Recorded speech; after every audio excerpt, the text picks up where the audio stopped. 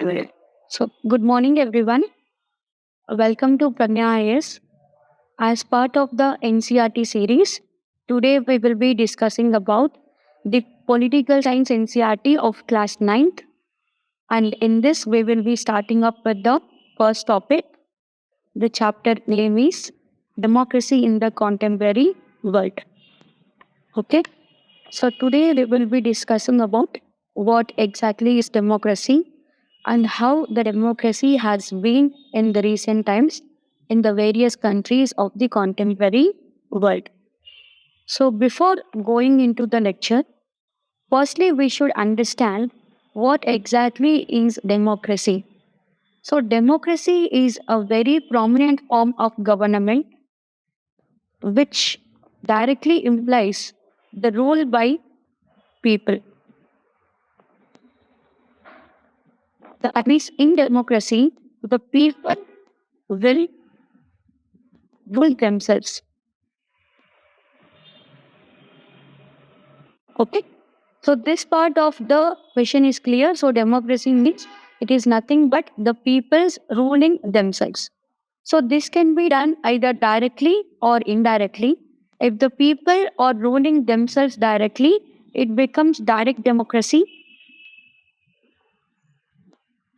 And if the people are ruling themselves indirectly through the various representatives elected by them, then it becomes indirect democracy, which is also called as representative democracy. Clear? So, what I said just now is that if the people are ruling themselves directly, then it will be called as direct democracy. And if the people are ruling themselves indirectly through the representatives who were elected by them, then it is called as indirect democracy or representative democracy. In India, we follow a representative democracy. That means we Indians elect certain representatives for every 5 years through the form of elections, and these representatives will govern us. So, in India, we are following a system of indirect democracy, which is popularly known as representative form of democracy. Okay. So, this is the introduction about democracy. Now, we will be going into the lecture. Firstly, we'll see how the democracy has been achieved. So, for achieving democracy, there is a lot of struggle that is needed. Democracy will not come within a go, it has to be achieved. So, what exactly is the struggle for democracy means? The expansion of democracy has not been smooth and straight. There were several ups and downs in different countries. It still remains as unstable and uncertain achievement. See, democracy is something that has to be achieved. That means it is something which is not there, which is not given. Rather, it has to be achieved. So, for the people to get the rights to rule themselves, it is a long process of quest of power. Okay, there is this clash of power between the rulers and the ruled, and finally, the ruled will get the power to rule themselves through the representatives or through directly. Okay, so democracy is a thing which is not vividly given by the God or by anyone. Rather, it has to be achieved by the popular expansion or by the things which the people does. Okay. So, in various parts of the world, the struggle for democracy has been evident, and in different countries, there has been this struggle going on for the achievement of democracy, and it is still an ongoing process. This process is often termed as very unstable and uncertain because sometimes, even after being as a democratic nation for some 50 to 100 years, with a small internal disturbance or with a small military coup, the democratic form of government may be disturbed and a dictatorship or a military government can be easily installed. So, democracy, after a country gets democracy, it is the duty of the people of the country to retain the democracy also. Retain the democracy. That means Once you have achieved the status of being a democratic nation, it is your duty to retain it for the coming centuries. How can we retain it? By following the process of checks and balances. We That means people should be in a position to check the power, to check the functions of various organs. And if at all there is any particular organ that is overriding the powers, then the other organ should come to the rescue and it should balance it. Through this concept of checks and balances, we would be in a position to retain the democracy for a longer and longer periods of time. Then, going on with the lecture, the next thing we will be seeing is the situation or the case study of the country called as Chile or Chile that happened in 1973.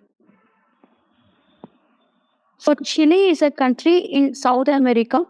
Allende was elected as the president of Chile in 1970. So, basically, it is a very small South American country in that a person called as Allende was elected as the president of Chile.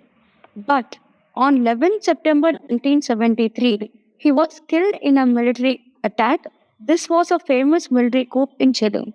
So Allende is known for his populistic policies. His policies are intended for the welfare of the people, and all the decisions which were taken by him were largely appreciated by the masses. He is a very famous popular leader. But in 1973, exactly on the date of 11 September, a conspiracy was made against him by the military leaders and a coup was organized. So, this coup was successfully made on Allende and he was actually dethroned. The coup was led by the Army General Augusto Pinochet. He was actually secretly supported by America as the later did not approve the policies of Allende. So basically, Allende, the people who have done this coup on Allende were supported by the American government because the American government is not so in favor of the policies which were taken up by Allende. So they wanted to take revenge. They wanted Allende to step down. So that's why they have made this conspiracy by joining hands with Augustus Pinochet, who wanted to form the government, who wanted to rule Chile. So that means the American government, with the combination of Pinochet, has actually organized the military coup, and finally they have successfully dethroned this person or successfully dissolved this person. Military dictatorship was established in Chile and Pinochet became the president of the country. He ruled Chile for the next 17 years. Finally, this thing happened. They are successful in actually executing the military coup, and finally, this Pinochet has become the president of the country. He ruled Chile for the next 17 years. So this thing happened in 1973. So for the next 17 years, Pinochet became the president and ruled Chile. Thousands of supporters of Allende and those who favored democracy were tortured and killed. More than 3,000 people were killed by the military, and many more were reported to be missing. So basically, Pinochet was known for his aggressive decisions, and he is often criticized for being an authoritarian.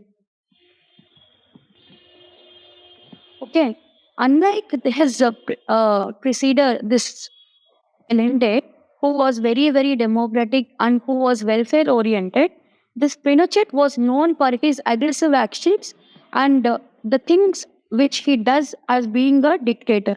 So, as part of his policy, thousands of supporters of Allende, those who has favored the democratic form of government, were tortured and were killed. So, more than 3,000 people were killed by the military, and many more were reported to be missing. So here you need to understand democracy was there in Chile previously, but democracy got transformed into an authoritarian dictatorship under the actions taken by Pinochet.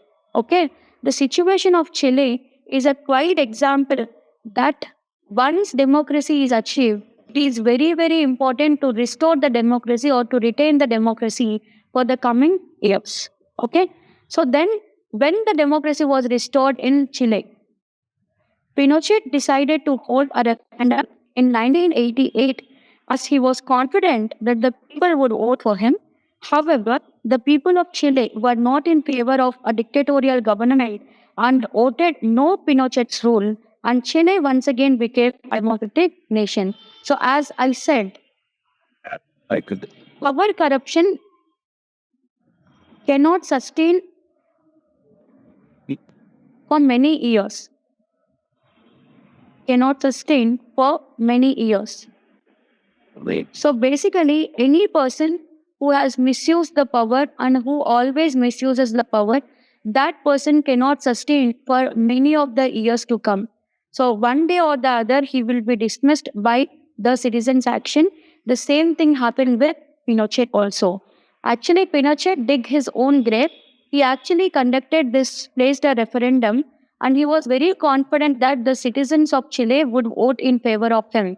But unfortunately, the citizens of Chile got bothered and got tortured by the dictatorial rule by this Pinochet, and they wanted to oust him and they wanted clearly a no Pinochet rule.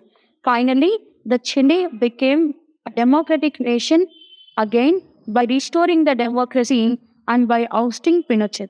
Okay, so that this way the restoration of democracy was possible in the country of Chile. So I hope you have got the concept and you have thoroughly understood the case study of Chile. Let us move forward and let us consider the next example that was given in your book, which is Poland, communism to democracy. See, in the condition of Chile, we have seen Chile is previously a democratic country, and it got transformed into dictatorship, and finally it ended up being a democratic country again by the restoration process. So the process is very simple, as democracy is already been there. But here in this example of Poland, we will be considering a classic case of communism to democracy, the transition from communism to democracy. Okay, so basically, Poland used to be a communist country and it was severely influenced by the policies of USSR, that means the present day Russia. So, as Russia is the leader of communism, we can see a lot of influence on the people of Poland to follow this communism and all. Okay, we'll see what is the situation exactly in detail. Poland is a country located in Central Europe. In 1980, it was ruled by the Polish Workers' Party. The government of Poland was controlled by the government of erstwhile Soviet Union. So basically, Poland is a country, it is a Central European country. In 1980, it was ruled by the party, which the name of the party is the Polish Workers' Party, and the government of this Poland is heavily influenced by the USSR policies, that means the present day Russia. A new trade union called as Solidarity was formed independently of the communist government. So basically, there is a trade union that got formed, and the name of the trade union is Solidarity. So, and this trade union has got a lot of importance and has got a lot of independence and the support from the masses. So, this particular trade union has got a lot of power and it has become a obstacle for the ruling government, as this trade union is getting a lot of popularity from the government. So basically, the people should actually favor the policies of the ruling government rather than a trade union. But what the people of Poland is doing, that once this trade union has got into the picture, all the people of Poland started supporting the policies of the solidarity and started opposing the policies of the ruling government. So, the government, led by the president, imposed martial law in December 1981 in Poland. Because of large scale instability which is surrounded in Poland, the president has imposed a martial law. So, what is the meaning of a martial law? Martial law means military law or the rule by army. Okay. So when martial law is in force, your fundamental rights and all your freedoms will get restricted by the actions of the state. So that means you may not enjoy the freedom, or you may not enjoy the rights which you used to enjoy in the normal circumstances. So this government has imposed this martial law in Poland, and thousands of solidarity members were put into prison, and the freedom to express, organize, and protest were taken away from the people. So, the basic intent of the president for imposing this martial law is that he wants to control the activities of solidarity at any cost. He doesn't want solidarity and the supporters of solidarity to get the support and to get the people's recognition and all. So, for doing this, they have used this route by imposing martial law and by taking away all the freedoms and all the rights that were there to the members of solidarity and to the general public. So, in April 1989, the government gave into the demands. Pre-elections were held in Poland. So when this martial law got imposed, basically we have seen a large-scale strikes and a large-scale protests that happened in Poland. People started protesting against the activities which were done by the president. So they doesn't want the martial law to go forward, and they wanted the elections and they wanted the restoration of normalcy in Poland. So finally, the government came down, and in the year 1989, in the month of April, the government gave into the demands and free elections were held in Poland. Okay, and as evidently we have seen, as the people were with the solidarity and the members of solidarity, we can see that solidarity secured 99 out of the 100 seats in the Senate. Welesa was elected as the president of Poland. So basically, the previous president got ousted, and because of the free and fair elections that were conducted in the year 1989, solidarity secured 99 out of the 100 seats, and finally, the leader of solidarity, Welesa, was elected as the new president of Poland. We thus see that democracy is a form of government in which people choose their own representatives, and the people have the freedom to express their opinion, freedom to organize, and freedom to even protest. Okay. See, in Poland, we have seen the instance of people coming out in favor of adopting democracy. It is actually the people who came on roads for the democratic process and for conducting the elections and all. It is because of the proactive involvement of the people that the free and fair elections got conducted in the year 1989. And finally, the people's choice, that is solidarity, has come to the rule, with Welisa becoming the president of Poland. Okay. So I think we are clear with this case study also. That means the journey of Poland from a communist country to a democratic country. Okay. So we will be looking into how the democracy got developed, how the democracy got expanded in the 19th and the 20th centuries. So as I have already said, democracy is not something which is given, it has to be achieved. So how the various countries in the world have gone about the adoption of democracy, what are the various policies that they have actually adopted, and how the democracy got established in the world, we will be seeing in this particular topic, democracy in the 19th and 20th century. So, the spread of democracy has been uneven in the world. Democratic governments were first established in one region and then they spread to the other regions. So it is not like democracy got transformed and democracy got introduced in all the parts of the world with just a click. It is a long process. It got started in one region and it got transformed to all the regions. It took a lot of time, a centuries together, for the entire world to come under the roof of democracy. Although most countries are democratic at present, larger parts of the world are still under undemocratic governments.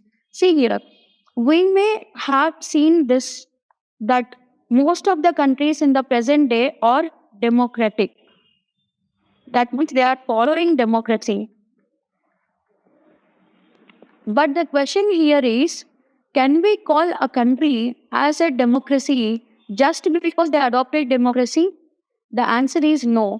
So we cannot call a country as a democratic country just because they follow democracy for the means of elections and all. That means they follow democracy on paper. For a country to get called as a true democratic nation, we should have various things, various features that will actually make the country to get called as a democratic nation. So if we go about this principle, then we can surely say that many countries which are labeled as democratic are not democratic and they are actually undemocratic in their actions. Okay, just on paper, we are saying that they are democratic countries. But whatever they are doing, that means the government policies, whatever they are going for, are very undemocratic in nature. Okay. So then now we'll be seeing how the beginning and how the expansion of democracy is there in the world. So before going into the topic, one thing you should be clear is that the simple essence of being a democratic nation does not give validation of a country to be a democratic country. To be a democratic country, one country has to prove with the policies and with the decisions taken by the government that they are democratic both on paper and both on actions. So, on actions and on paper, they should remain as a democratic nation. So, the beginning and expansion of democracy in the world, the French Revolution was the landmark event in the world as it inspired people of other countries in their struggle against dictatorial government. The first instance of the motivation for getting into democracy was through the French Revolution. And we already know the basic idea or the basic theme of French Revolution is LEF.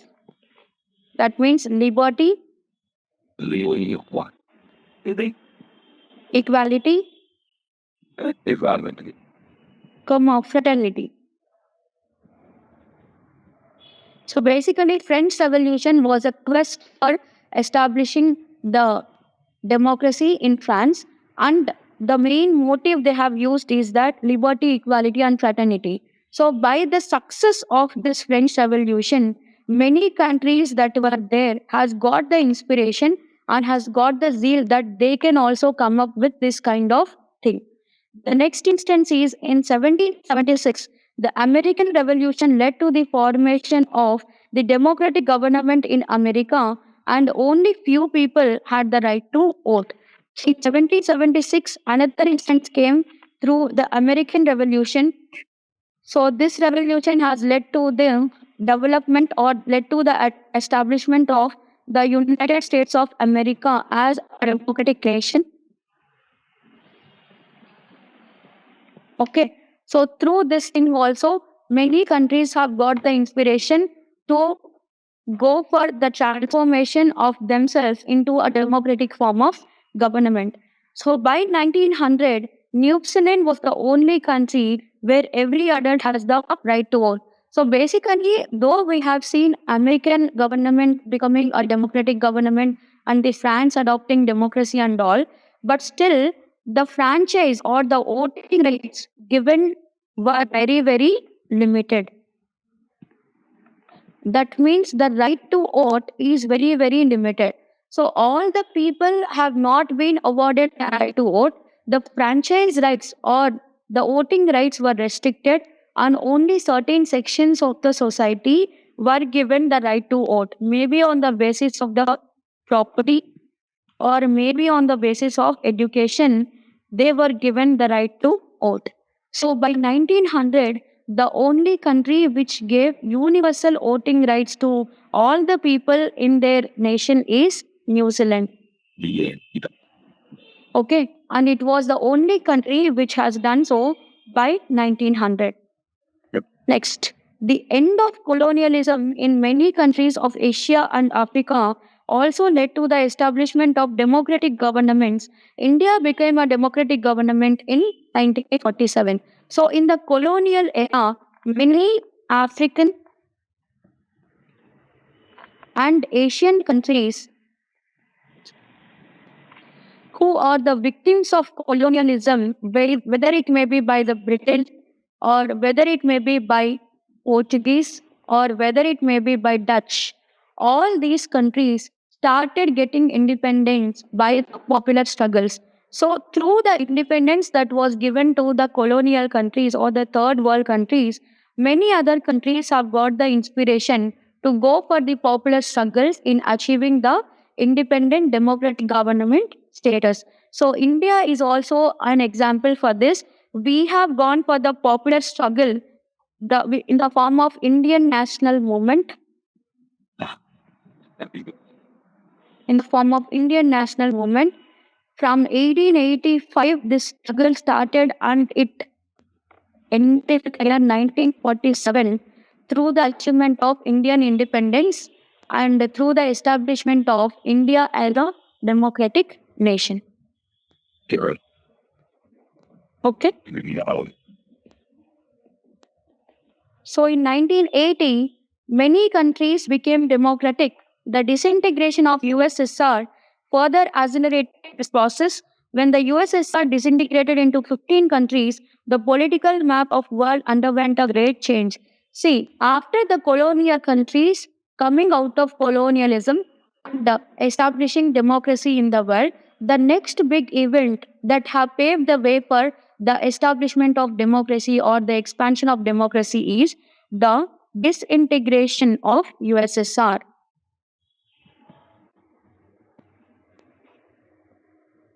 So basically, USSR has contains a lot of states. Okay, so all these states got independence with the disintegration of USSR, and every state declared itself as independent and every state adopted its desirable form of government. So basically, when this thing happened, the disintegration of USSR happened, all the states that were in the Soviet Union, erstwhile Soviet Union, got independence and they have been separated from USSR and they have been given the separate country code. That means these countries like Uzbekistan, Turkmenistan, all these countries have got the statehood, have got the countryhood, and they were treated as a separate nation. Okay. Many changes also took place in the neighboring countries of India. While Pakistan and Bangladesh saw a transition from the military to the democratic government, the powers of the king in Nepal were considerably reduced. So, if we have to talk about our neighborhood, we have talked about America, we have talked about Europe, we have even talked about Africa, and we have also talked about Russia. So, if we have to talk about our neighborhood, then the things in our neighborhood, Pakistan and Bangladesh, previously they used to be military governments, that means military dictatorship used to be there. But later on, the democracy got established. And if we have to particularly quote, the democratic movement of Bangladesh was proactively supported by India. And we know that India actually fought a war against Pakistan in the context of Bangladesh. And we have shown a full-fledged open support to the people of East Pakistan in their goal of establishing Bangladesh as an independent democratic country. So, and when we come to Nepal, so we know that Nepal is a constitutional monarchy, but there the powers of the king were drastically reduced by giving more powers to the parliament and the prime minister. So basically, if we have both the parliament and the monarchy, then we call it as constitutional monarchy, where there is one side constitution and the other side monarchy. But here, the thing we need to understand is that whatever the powers that the king has, being a de jure executive, were limited and were actually reduced in the case of Nepal. However, many countries are still undemocratic at present. Myanmar is one such country. It is under military rule. The leaders of the National League, Aung San Suu Kyi, has been under house arrest as she wants a democratic rule in Myanmar. Many people who support democracy have been jailed and killed. People in Myanmar are still struggling to establish a democratic government. So, if we see the instance in Myanmar, so Myanmar is used to be a democratic country under the leadership of Aung San Suu Kyi. So she is a pro-democratic leader and an advocate for the human rights. Basically, a military coup happened in this particular Myanmar country called as Myanmar, and Aung San Suu Kyi has been house arrested, and still the situation is very volatile in the country of Myanmar.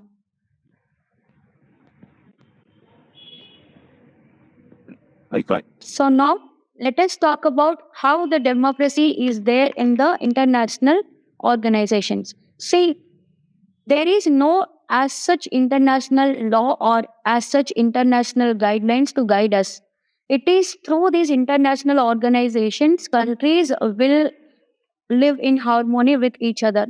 So that whenever a country becomes authoritative or whenever a country becomes powerful, the other countries will come to the balancing mode and will balance the acts which were committed by the powerful country.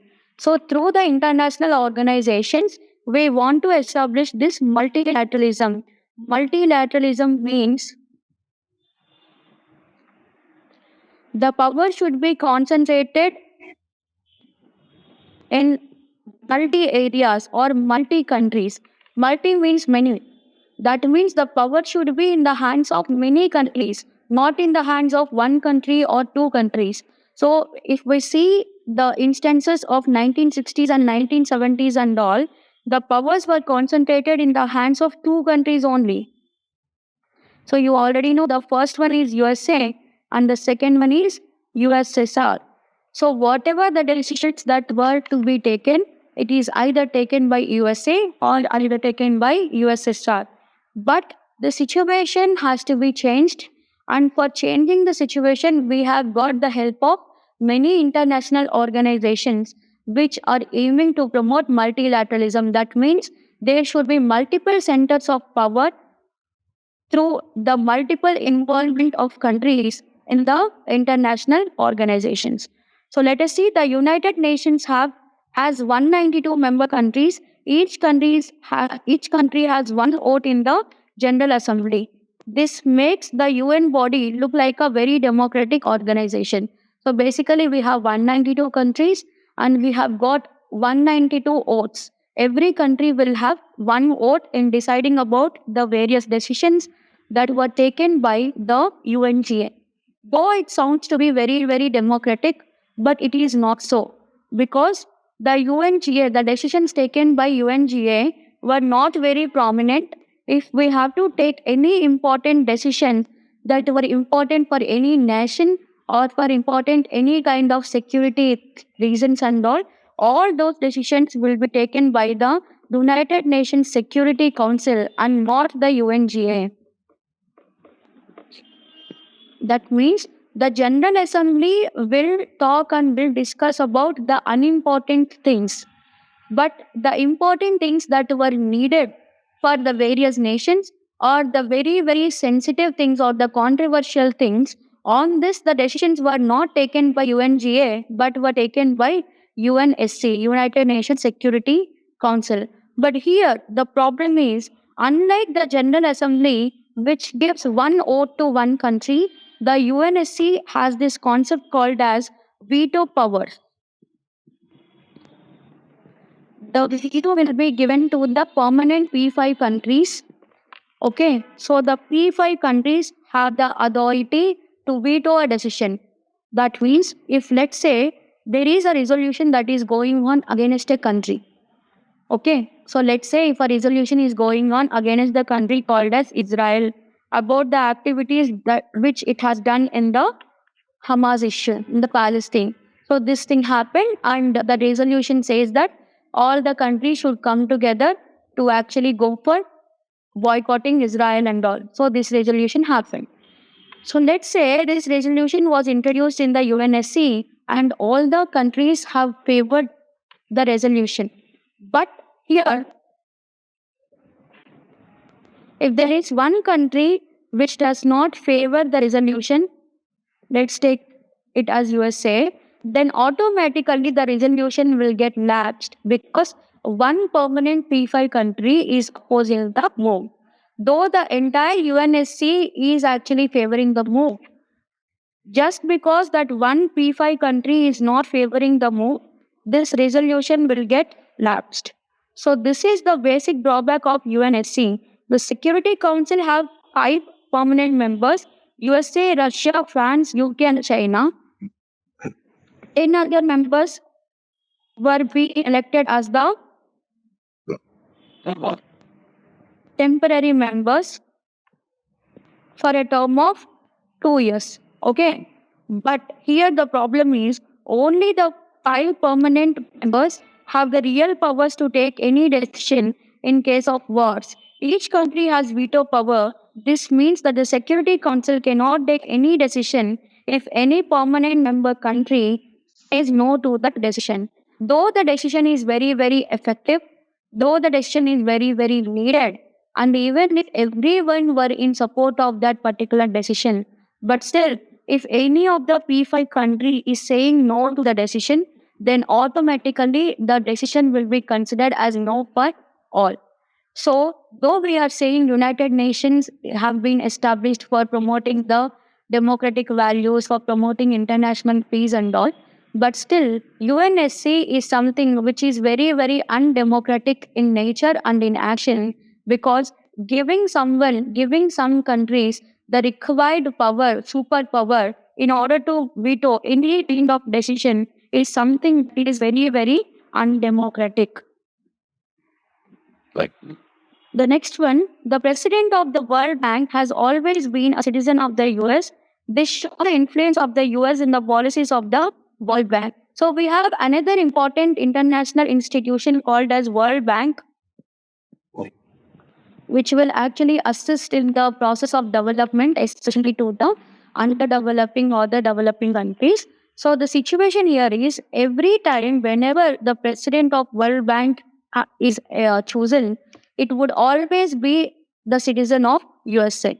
So by framing this thing, we can say that there is a large scale influence of USA on the policies and on the actions that were taken by World Bank, because every time it is a US citizen who is holding the presidential power. The above facts show that the most global institutions are not very democratic. So, by looking at the theme of UNSC and by looking at how the situation is there in World Bank, we can be assured that the international organizations, though are endorsing that they are democratic in spirit and in action, but they are undemocratic in reality.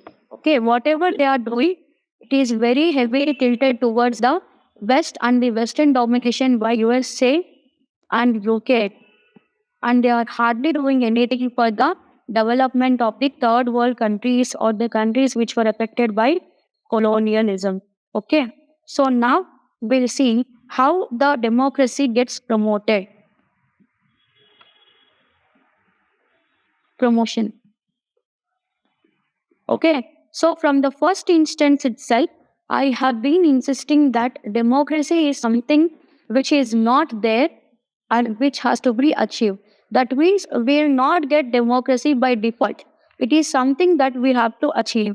So, for the promotion of democracy, sometimes various countries intervene in the internal affairs of other countries, and they cover the move by saying that our aim is to not involve in your internal affairs, but to actually go for the establishment of democracy in your own country. Okay, so that means the big shot countries like USA, UK, USSR, etc., they will involve in the internal affairs of the other developing countries, And when these developing countries will question the moves by these countries, they'll come up with the answer that we are not involving in your internal affairs. We are just concerned that we have to introduce democracy in your country. Okay. So, in this way, there were many instances where we can see the various big countries involving in the internal affairs of smaller countries. Since 1968, Iraq has been ruled by the military ruler Saddam Hussein, a leader of the Baath Party. The government under Saddam Hussein was dictatorial, where basic freedoms to the people were denied. So many political opponents were killed and ethical minorities were massacred. So basically, if we take the example of Iraq, since 1968, Iraq is a country which is under the military rule. The leader is Saddam Hussein. And this person, Saddam Hussein, is known for his aggressive policies, dictatorial policies, and the authoritarian policies. So, in his reign, the policies which were done by him were very, very dictatorial, and they often intend to take away the freedom from the masses, and also they were not given the right to speak against the things which were done by the ruling persons. Okay. So whatever the ruling people do, whatever the military leaders will do, the people have to accept it without any further say. Okay. So on allegations that Iraq possessed secret nuclear weapons and chemical weapons, US and its allies invaded Iraq and removed Saddam Hussein from the power in 2006. So I said, basically, these bigger countries, the influential countries, always gets a reason to involve with the internal affairs of other countries. So here the reason is they said Iraq is developing secret nuclear weapons or the chemical weapons. So what USA said is that Iraq is doing these things. So if they are developing the nuclear weapons or the chemical weapons, these weapons directly affect the security and stability of the world. So it is our duty to involve with the internal things of Iraq, and we should stop this move. Okay. Finally, this thing happened, and they have invaded Iraq on the pretext that they want to protect the world. And what is more significant is that this war on Iraq was not authorized by the UN Security Council and was declared illegal by the then US Secretary General Kofi. So basically, when the USA invaded Iraq, even the United Nations Security Council also opposed the move, because on the pretext of one allegation, you should not be involving in the internal affairs of other countries, and you should not be invading a war on that particular country, which may even go for the damage of civilians' property and the damage of the lives and liberties of the people. So, even though the United Nations have not authorized this move of invasion invasion of USA into Iraq, but still the USA has done that, and finally it has got succeeded in actually ousting Saddam Hussein from Iraq. So basically, the move is very, very good. Okay, they have done something which is very appreciable. But the thing here is, for doing this, the American government has got its personal motives involved. Okay, so if any country is genuinely wanting for the restoration of democracy or for the launching of democracy in another country, it should do so without actually focusing on its selfish motives. But here, USA has intervened in the internal affairs just because it has to do with their national interest. They have something to do with Iraq. That's why they have involved in the internal affairs of Iraq. So therefore, we see democratic countries taking undemocratic decisions when it suits their own interest. So here, USA is a democratic country. We know that, but it is taking some undemocratic decisions. Why we are saying this as undemocratic decision? Because the United Nations itself has condemned the move of invasion. Okay, United Nations itself said that you don't have the right to intervene in the internal affairs of the other countries. But still, USA has gone for the adoption of this undemocratic means in order the pretext of saying that we are going for the restoration of democracy, and basically the hidden intent for them to do so is actually their national interest. They have some national interest, they have something to do with Iraq. That's why they have gone for this move. Okay, so we can see even today, we can see that there are instances where the USA, USSR, or the countries which are influential and which label themselves as developed countries, these countries always involved in the internal affairs of other smaller countries just because they have got some motive in it. Okay, this thing shouldn't be there. The democracy always should be promoted by the popular struggle of the citizens rather by the undemocratic things which were done by the various countries which are powerful. So this is about the lesson, the democracy in the contemporary world. I think we are clear about this topic. So if I have to sum up, firstly we have seen what is the struggle for democracy, and then followed by we have seen two case studies, one in Chile, how the democracy was there and how the democracy turned into dictatorship, and again how the democracy has been restored. Then we have seen the case of Poland, where the journey is from communism to the democracy.